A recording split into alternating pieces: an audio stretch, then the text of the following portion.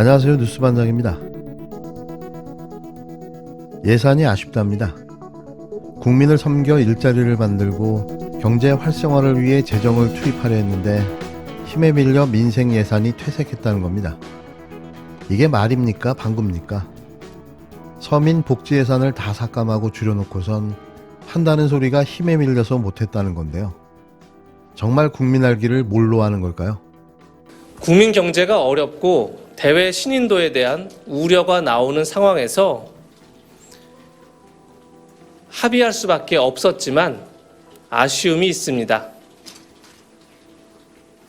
국민을 섬겨 일자리를 더 만들고 경제 활성화를 위해 재정을 투입하려 했으나 힘에 밀려 민생 예산이 퇴색됐습니다.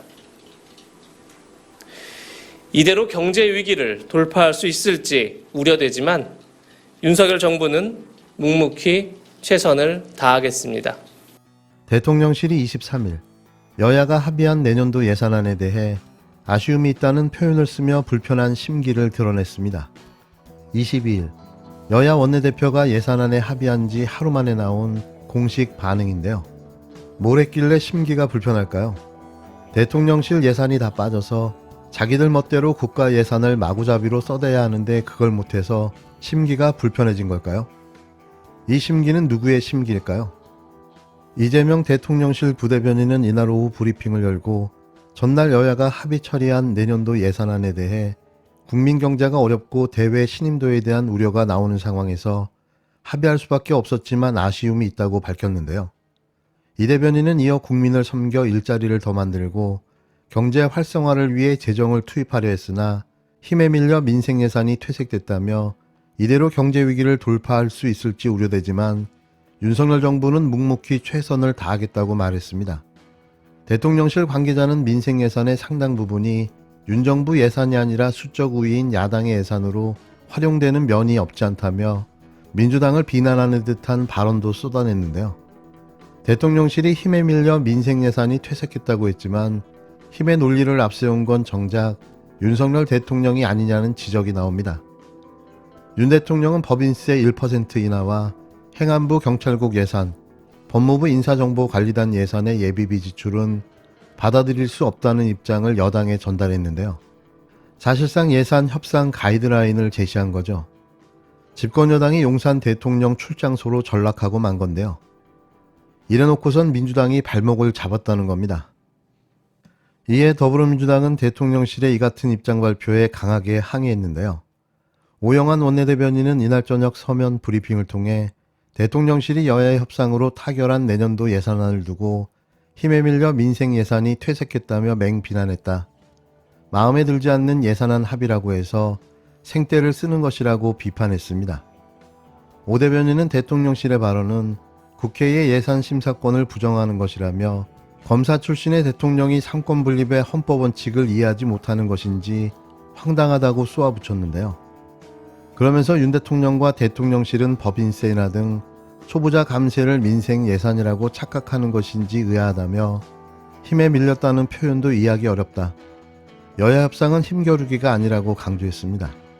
또 여야는 복잡한 경제 위기 속 민생 경제를 살리기 위해 주말도 없이 밤낮으로 치열한 협상을 해왔다며 그런데도 윤 대통령은 그저 자신의 마음에 들지 않는 예산안을 처리하게 됐다고 힘겨루기에 졌다고 생각한다면 유치함의 극치라고 비난했는데요.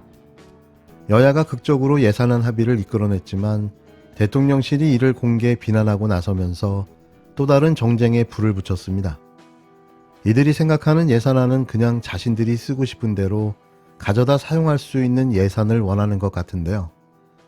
그러기 위해서는 2024년 총선에서 다수 의석을 확보하는 승리를 거두어야 한다는 겁니다. 기재부 신년 업무보고 및 비상경제 민생회의 청와대 영빈관에서 했는데 일단 내용 짚어보기 전에 이걸 왜 청와대 집무실 나왔는데 왜 청와대 가서 하신 건가요? 저번에 국민과의 대화도 그렇고. 그럴 수뿐이 없죠. 왜 저희 그런 국회에 네. 이전비와 특히 이제 영빈관 새로 건축비 다 제출했는데 다 거부당하지 않았습니까? 이러니까 할 수 없이 지금 과거에 청와대로 간 것인데 저는 네. 만약에 우리 당이 2024년 총선 때 다수당이 되면 원래 지금의 청와대는 국민들한테 그대로 다 돌려주는 것이 권위주의 청산에도 맞고 그것이 정답이라고 봅니다. 2024년도에 저희가 다수당이 되면 그래서 반드시 예산을 확보를 해서 그 다음 대통령이 어느 쪽에서 되든 쓸 수 있도록 이렇게 해주는 것이 도리라고 봅니다. 총선에 승리해서 용산에 영빈관을 짓겠답니다. 이 믿기 힘든 발언은 김행 국힘당 비대위원 입에서 나왔는데요. 국가 예산을 마음대로 전용하기 위해 다수 의석을 차지해야 한다는 황당한 논리에 어처구니가 없습니다. 윤석열 대통령이 국정과제 점검회의 국민과의 대화와 기획재정부 신년 업무보고 및 비상경제 민생회의 등을 용산 대통령실이 아닌 청와대 영빈관에서 주재한 것과 관련해 정치권에서는 지적과 비판이 나왔는데요. 그럴 거면 왜 용산으로 옮겼냐는 거죠. 이에 대해 김행 비대위원은 그럴 수밖에 없는 상황이라며 황당한 주장을 펴기 시작했는데요. 김행 비대위원은 22일 KBC 여의도 초대석 인터뷰에서 저희가 국회에 영빈관 건축비를 제출했는데 다 거부당하지 않았냐고 쏘아붙이며 이같이 말했습니다. 현재 용산 대통령실에는 이런 대규모 회의나 행사를 치를 공간이 마땅치 않냐는 진행자의 질문에 김행 비대위원은 대통령실 옆에 국방부에서 쓰던 컨벤션홀이 있는데 거기도 시설이 너무 낡았다며 장소를 찾을 수 없다고 답답함을 토로했는데요.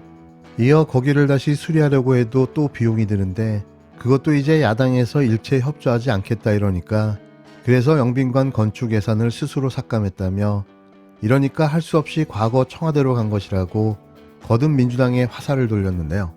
김행 비대위원은 그러면서 여러 행사나 제대로 국민과 소통할 수 있는 대통령실을 만드는데 특히 영빈관이 굉장히 중요하다고 강조하며 2024년 총선에서 국힘당이 다수당이 되면 반드시 예산을 확보해서 만들겠다고 다짐했습니다. 원래 청와대는 국민들한테 그대로 다 돌려주는 것이 권위주의 청산에도 맞고 그것이 정답이라고 본다며 다음 대통령이 어느 쪽에서 되든지 제대로 된 영빈관을 쓸 수 있도록 해주는 것이 도리라고 본다고 주장을 이어갔는데요. 정권이 바뀌면 용산을 계속 사용할까요? 왜 거기에 1조를 넘는 국민 혈세를 퍼부어야 하는 걸까요? 대체 왜 이러는 걸까요? 국민 혈세가 자신들 멋대로 막 써도 되는 그런 돈입니까? 그러니 한남동 대통령 관저에 그 많은 돈을 써댔겠죠. 국민 혈세를 낭비하려고 대통령이 된 걸까요?